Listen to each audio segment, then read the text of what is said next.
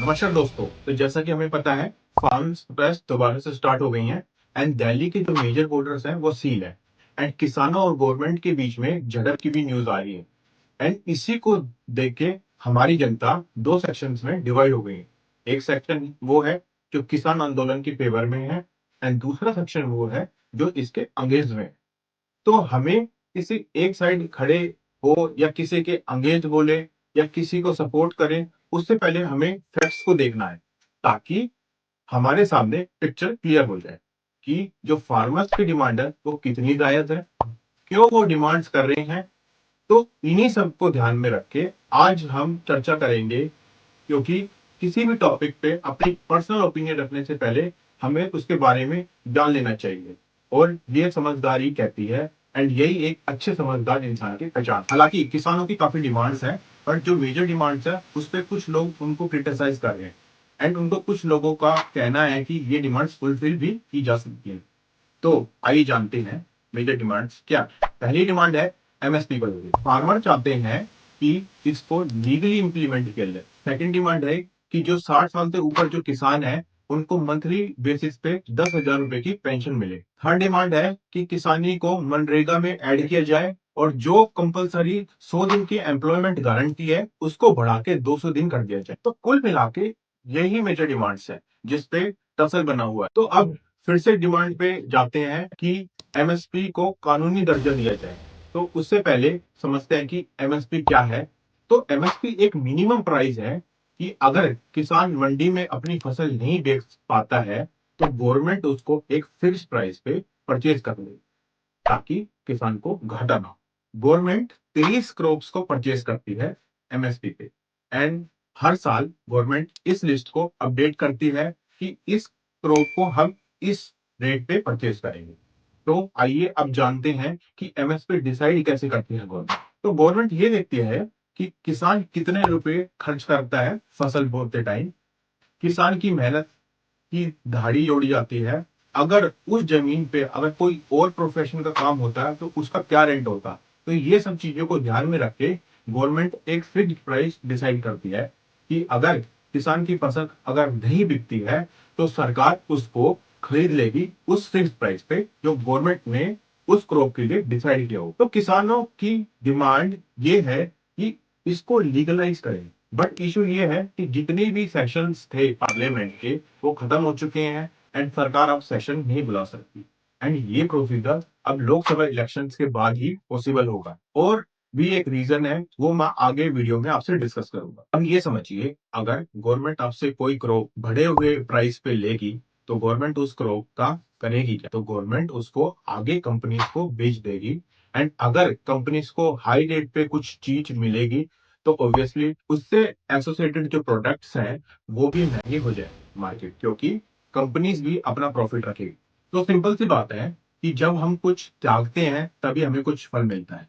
तो अगर हम कहें कि हमारी फसल भी बढ़े हुए दाम पे खरीदे जाए एंड उस क्रॉप से रिलेटेड जो एसोसिएटेड प्रोडक्ट्स हैं वो हमें मार्केट में सस्ते मिले, तो ये कैसे पॉसिबल। ये तो सिंपल सा लॉजिक है, कोई रॉकेट साइंस तो नहीं है।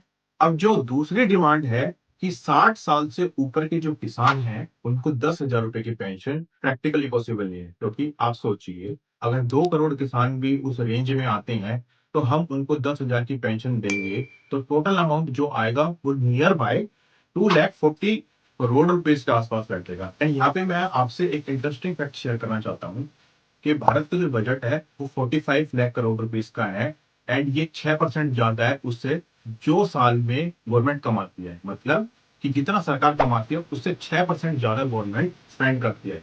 एंड इसका मतलब है सरकार जो एक्स्ट्रा स्पेंड करती है वो एक तरह से लोन है जो गवर्नमेंट को देना भी पड़ेगा। एंड इनडायरेक्टली गवर्नमेंट को ये पैसे कहाँ से आते हैं, वो आते हैं आम जनता से टैक्स के रूप में एंड अदर सोर्सेज से। तो एक कमेटी के अकॉर्डिंग अगर गवर्नमेंट इन सारी डिमांड्स को मान लेगी तो गवर्नमेंट को 45 लाख करोड़ में 35 लाख करोड़ रुपीस और देने पड़ेंगे। तो अब आप ही बताइए क्या ये पॉसिबल है। अगर ये पॉसिबल है तो let me know in the comment section कि कैसे गवर्नमेंट इतने बड़े अमाउंट को अरेंज कर पाएगी एंड इसका कोई रोड मैप है क्या। मैं एक किसान का बेटा हूँ, हम जो किसानी करते हैं वो हमारा एक प्रोफेशन है। हम अनाज उगाते हैं एंड उसके एवज में मार्केट से हमें पैसे मिल जाते हैं। तो यही मैं कोई फ्री में चीज प्रोवाइड नहीं कर रहा हूँ, क्योंकि मुझे मेरी मेहनत का जो किसानी का पैसा है वो मिल रहा है।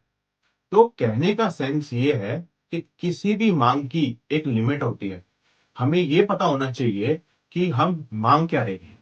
क्या उस डिमांड को फुलफिल किया जा सकता है या नहीं? क्या कोई डॉक्टर ये बोल सकता है कि मैं जीवन दाता हूँ एंड मेरी कंसल्टिंग फीस 1000 रुपीज फिक्स कर दीजिए, और अगर कोई मरीज उसको अफोर्ड नहीं कर पाता है तो सरकार दे? तो क्या इस तरह से व्यवस्था चल सकती है? एंड इस बात को समझना जरूरी है। अन्नदाता है, अन्न का वो रुपया लेता है, एंड हम अन्न उगाते हैं, एंड अन्न हमारे प्रोडक्ट्स हैं, एंड उसका हमें पैसा मिलता है। कम ज्यादा मिलता है वो डिबेट अलग है, बट हमें मिलता है। तो इस बात को समझिए, जो मैं ये इंफॉर्मेशन आपको दे रहा हूँ, आप पे एहसान नहीं कर रहा हूँ, क्योंकि हर कोई अपने प्रोफेशन का जो पालन कर रहा है वो एहसान नहीं कर रहा है, क्योंकि उसका जन्म एक कुदरती कृपा नहीं है कि हम खुश नसीब हो गए। नहीं, बिल्कुल।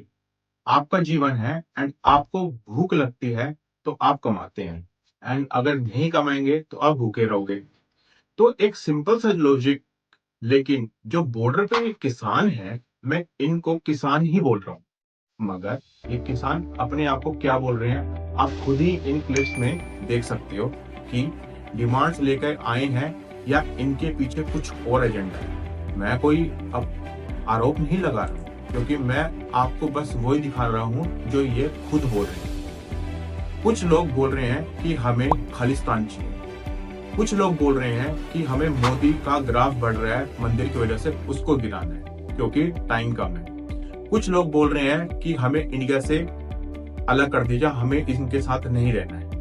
तो यहाँ पे मैं किसी को कल्प्रिट शो नहीं कर रहा हूँ और ना ही करना चाहता हूँ, बट जो फैक्ट्स हैं हमारे सामने, मैं उनको बस नकार भी नहीं सकता।